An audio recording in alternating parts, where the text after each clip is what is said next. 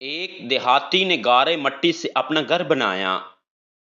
گھر میں اس نے چھوٹی سی 7 مسلوں کی مسجد بھی بنائی۔ کیونکہ اس کے 7 بیٹے تھے، تعمیر مکمل ہوئی تو اس نے بیٹوں کو بلایا اور کہا کہ میں چاہتا ہوں کہ مسجد کی لپائی جنت کی مٹی سے کروں۔ تم سب بھائی جاؤ اور جنت کی مٹی تلاش کر کے لاؤ۔ بیٹے پریشان ہو گئے کہ جنت کی مٹی کہاں سے لائیں۔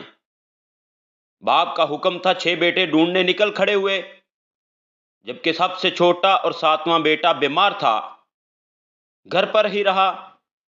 بھائی شام کو تھکے ہارے خالی ہاتھ گھر لوٹے تو کیا دیکھتے ہیں، چھوٹا بھائی بوری میں مٹی بھر کے بیٹھا ہے۔